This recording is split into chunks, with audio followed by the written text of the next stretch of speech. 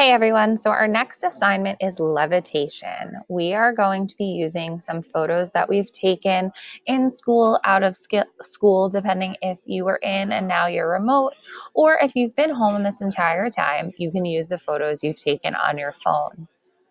First thing I would like you to do is go to your drive. Be sure that you're in your Media Arts 1 folder so I have access to it. We're going to make a new folder. If you forgot how to do that, click on the new button on the top left-hand corner. I've titled mine Levitation, and I've borrowed some photos from some of our students. As you can see, I've uploaded them here. This can be a combination of photos you've taken in school, out of school, or if you have any vacation photos available to use. You're going to open a new window up top. We're going to open up Photopea.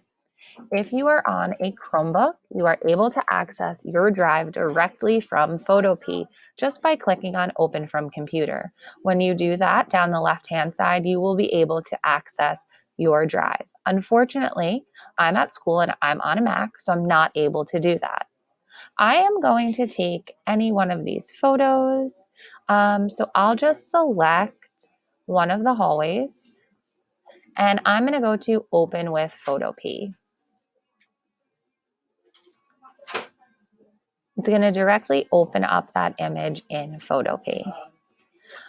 If that doesn't work for you, you can download these images just by simply clicking on the image so it's highlighted blue, going to the snowman in the top right, and clicking download.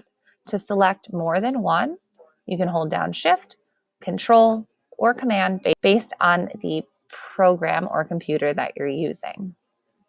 So right now I have my photo open of my empty space. To zoom in on a Mac is Command plus and Control plus or minus on a Chromebook. We're going to flatten this image so it just has that one layer. So I'm going to go to Layer, Flatten Image. Everyone should just have a background layer, and we're going to keep that locked to make this a little bit easier. We're going to open up our next image that should be of a person or an object that we're going to cut out and then insert into this empty space. So go to File, Open, and then you should be able again to access your drive. If not and you've downloaded it, you can find it there. Since we're using Photopea, there's a few different ways that you could select the subject. We are going to use lasso. I'm going to use my magnetic lasso. I like to zoom in and make sure that I can see the entire figure from feet to head. So I'm going to start right here. I'm going to click and slowly drag. And as you can see, it's going to start to attach to the person. Now I'm going to move a little bit quicker or just speed this up. But I expect you to take your time. If you go out of the lines like I just did, sometimes if your background is very chaotic, it's going to make it a little more difficult. All you have to do is hit Delete or Backspace on your keyboard, and it will remove the last box that has been put down or anchor point. I like to click every once in a while. I don't just rely on this tool. You'll kind of click as you go. Just get a feel for it and see what works best for you.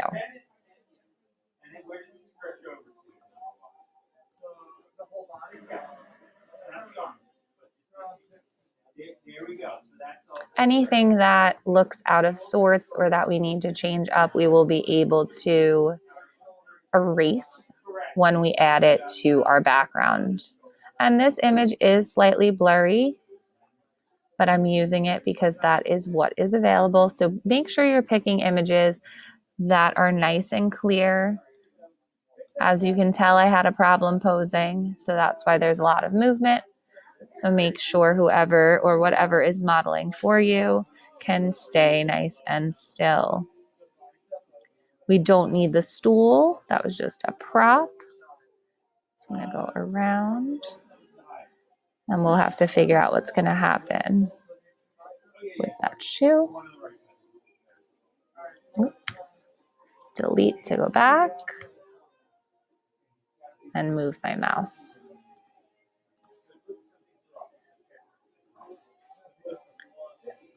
So as you can see where there was the plain background of the floor, much easier to follow along. So keep that in mind. Make sure you get all the way back to the start. When you do, you're going to get those dancing ants or that dotted line. And you can see that my edges are not exactly perfect. We are not going to worry about feathering or refining the edges for this one. We are just going to copy and paste. Two ways to do that.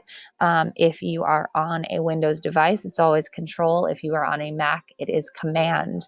So we're going to hold down one of those prompts and the letter C to copy. Up top, you should still have that other image open.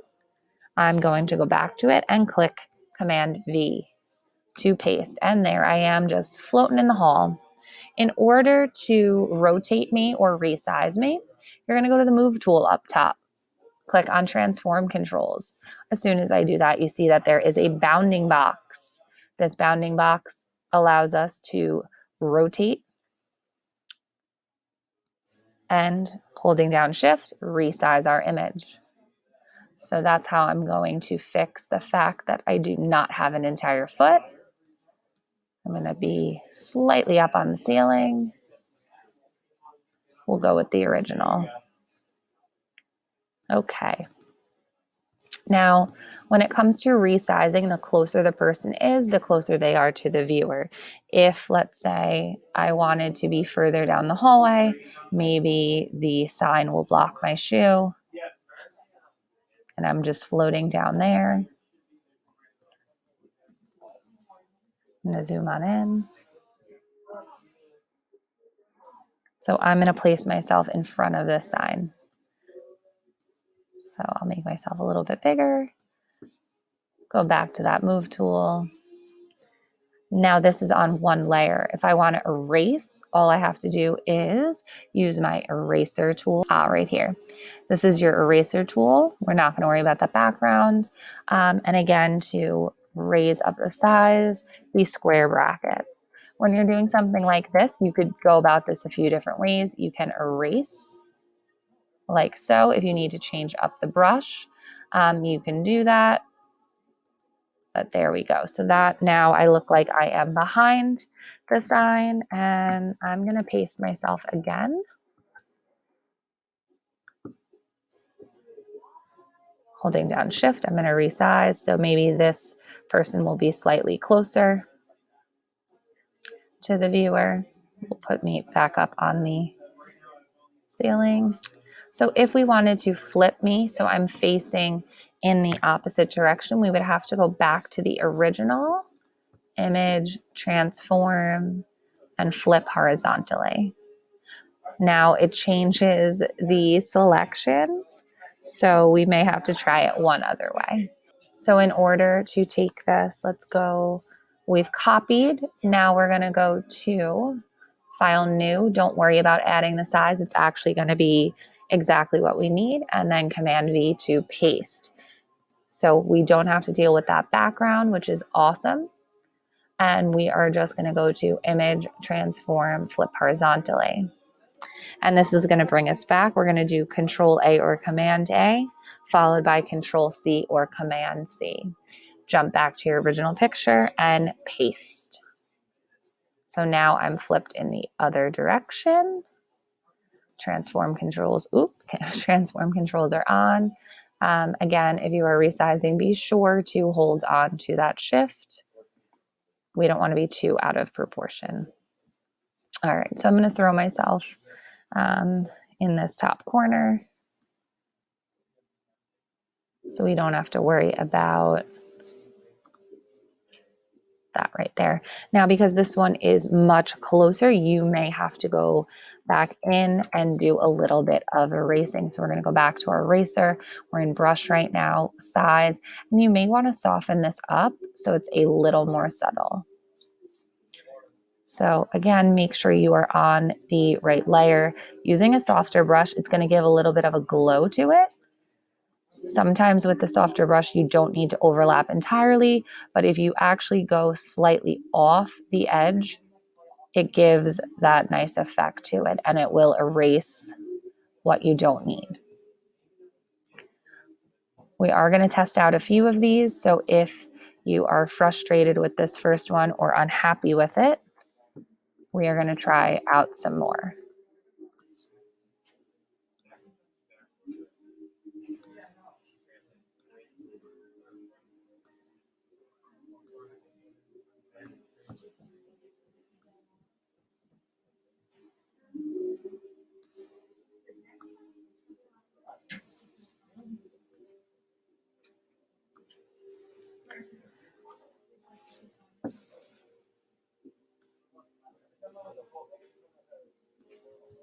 And again, a lot of it is just testing out what numbers, sizes, brushes work for you. So the first thing you're going to do is just worry about inserting people or objects. Again, now if I was upside down, my hair would be slightly different, as well as my lanyard. So that's something to think about that we can alter later on or in one of these photos before we move forward. So just worry about getting your objects in first, and then I will post up another video talking about lighting and all about adding in different objects and shadows and things like that. So make sure you are saving your work. Save it as a PSD. We want to make sure that we're keeping all of those layers. And then as a backup, I'd like you to export it as a JPEG. Anything that you do, I want you then to add back into your Levitation folder. So maybe in here, I'm going to make a project folder, and then I could add those directly in there. When you save from Photopea, whether you are on a Chromebook or a MacBook, it's always going to save your work to your downloads. So if you ever forget where they are on a Mac, your downloads are down here. On your Chromebook, be sure to swipe up.